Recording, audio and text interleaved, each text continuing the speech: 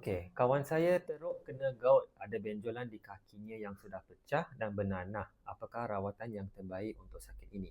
Okey, so bila ada pesakit yang terkena gout, gout itu yang tidak dirawat boleh terjadi komplikasi yang nama dia gout tophi. Ini yang terjadi kepada kawan kamu ni, gout tophi ni.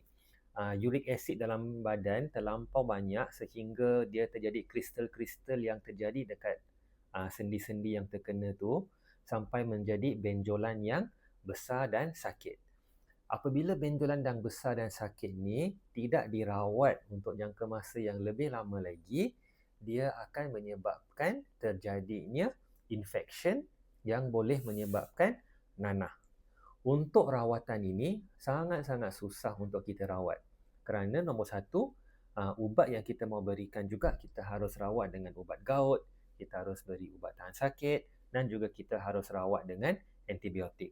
Bukan saja dengan ubat makan, kita kena juga cuci luka yang bernanah tu juga hari-hari supaya tempat yang bernanah tu bersih.